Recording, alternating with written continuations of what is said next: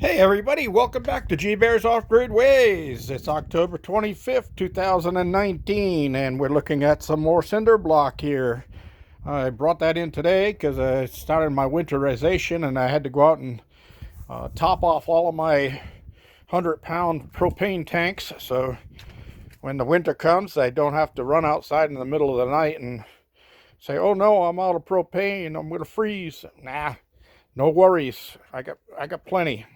I got 400 pounds of propane sitting there waiting to keep me warm and cook my meals. All right, and heat my water. And never mind. All right. So anyway, what this is all about is this laundry room, or this temporary laundry shack, is going to disappear. So I'm going to add a room here, and it's going to be 8 feet by 8 feet, and it's going to connect right onto the porch and be the same level. So the porch is 8 feet by 12 feet, so the whole thing would be 8 by 20 as a whole porch area. And then I'm going to close this all in and turn it into kind of like a living room, a little place to sit down and relax. And I'm just sitting here contemplating, and I was thinking maybe right in the center of the room there, I'll build myself a little sandbox, and I'm going to bring my homemade potbelly stove out here, set it dead center in the middle of the room, and just pipe it up through the roof, and then I'll have a nice heating element there in the room, so I can put some chairs around the outer walls, and we can sit in there and stay warm and watch TV and things like that. And then I think I'll move my door that leaves the porch out over to this area, because it'll serve two purposes. When I come out of the door or come out of the room, it's not directly in line with the door that goes in the cabin, so it's got to stagger. So I think by design that's going to work out better, because if anything like flies or something follow me in and I have that door open, they're going to fly through the room before they realize they can just go straight into the cabin. Oh, just a little added thoughts I've been sitting here thinking about. So what I'm going to do is I'm going to get this in, and notice they're all bond beam, which means that they're cut out or notched here. And that's because what I do is, after I get these all set in and locked tight together and all leveled to where I want them, then I lay rebar down inside of them, tie them at the corners, and then I put concrete and completely fill these things with concrete, so they actually become a solid concrete footing the whole distance. And where it goes against the cabin over there, I'll actually drill into the existing footing there, which is all solid concrete already, and I'll put a pin in there that I can tie my rebar to, so this room will be locked to the cabin and it can't pull away. So that'll give me a nice tight surface. And of course, this is a little too far out. It's going to come back in probably up against that box area is where it actually belongs. And then I'll probably be building this one with wood stud instead of metal, because I've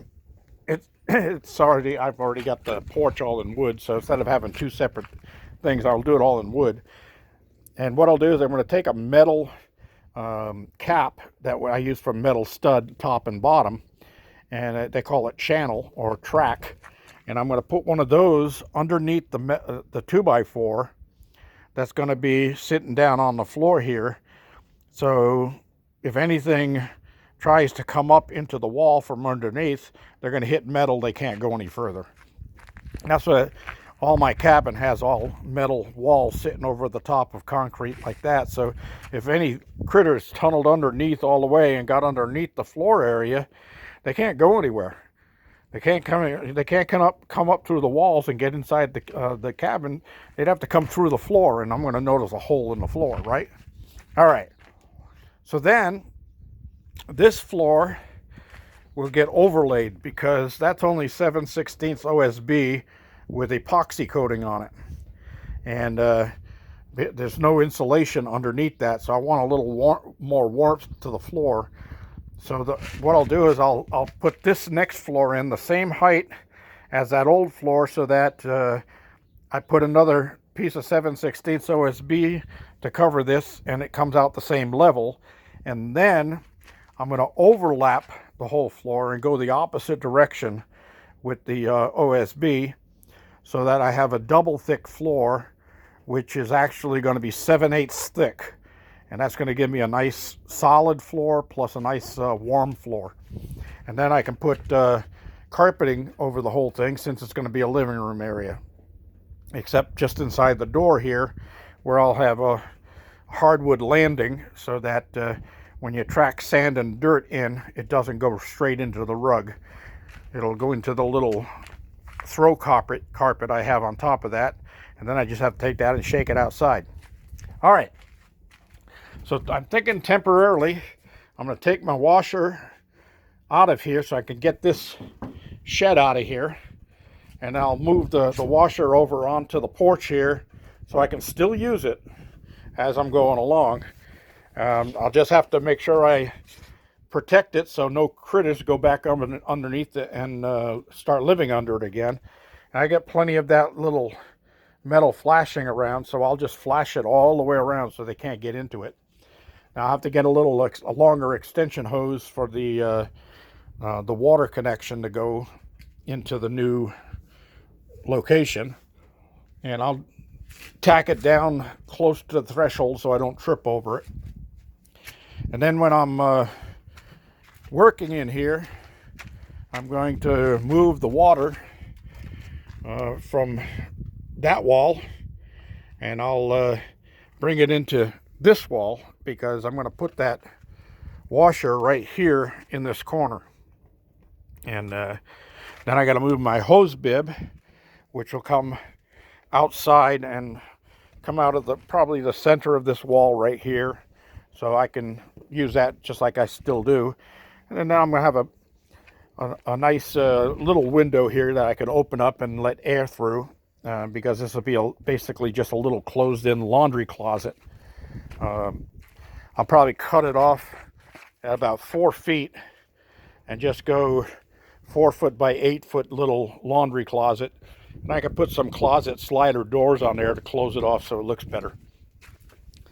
All right, so that's part of my plan. Of course, I'm going to have to move my dryer too, because my dryer is going to be right up against the wall if I don't. So what I'll probably do is put it just outside of the doorway out here on the wall, and go over to the corner of the container there instead of straight across this way. And then I can move that wood pile out of there, because sooner or later this area is going to end up getting a gazebo anyway, with a pizza oven in the center of it, a wood burning pizza oven. So that's more plans down the line, but that's more comfort than function. So not really rushing on that part of it, but I do want to get this part done, because when the rains come and the winds are blowing, the rain just blows right across this floor. And I don't want that to happen again, because it already started causing some damage on the floor. Well, we got to get around that, right? So the way you get around that is to close this whole thing in, make it a new room. And it'll be well insulated, so it'll be warm, but I'm going to have really big windows in here. So when we're sitting out here, you can really relax and look outside and see the sights. And I'm going to have a big picture window there, a big picture window there, and another big picture window here. So you're sitting in the living room, you can look out in all the directions there and just enjoy the views. It doesn't do me any good to put a big one over there, because all you can do is stare at a container. All right. So that's my plan. That's what I'm sticking to. Might make some changes along the way, but I think that's going to work out just perfect. We're having a little bit of a breeze here today. Not really much to generate electricity, but I checked the battery banks a little while ago. They were all at 14 volts. So going to be firing up some power tools tomorrow and getting to work here. So that should use some electricity. Another thing I want to do is all of the boards on my little outhouse over there have all shrunk from drying out in the desert sun. So there's gaps in between all the boards.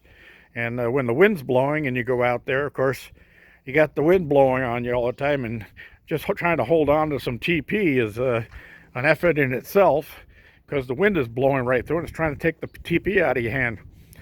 So I've got a bunch of some boards left. I'm gonna run them through my table saw and cut them down into probably 2-inch wide strips, and I'll put them over each one of the seams between the boards to block the wind. So that's another project. So I'm gonna cut this one off and get ready to have my cold beer, and my dinner is all ready to go on to the barbecue, and then I can sit back and contemplate some more things I have to do around here. Well, getting back into the building mode. G-Bear reminded you, give me a thumbs up down there. Please don't forget to subscribe if you haven't already. And this is again G-Bear signing off.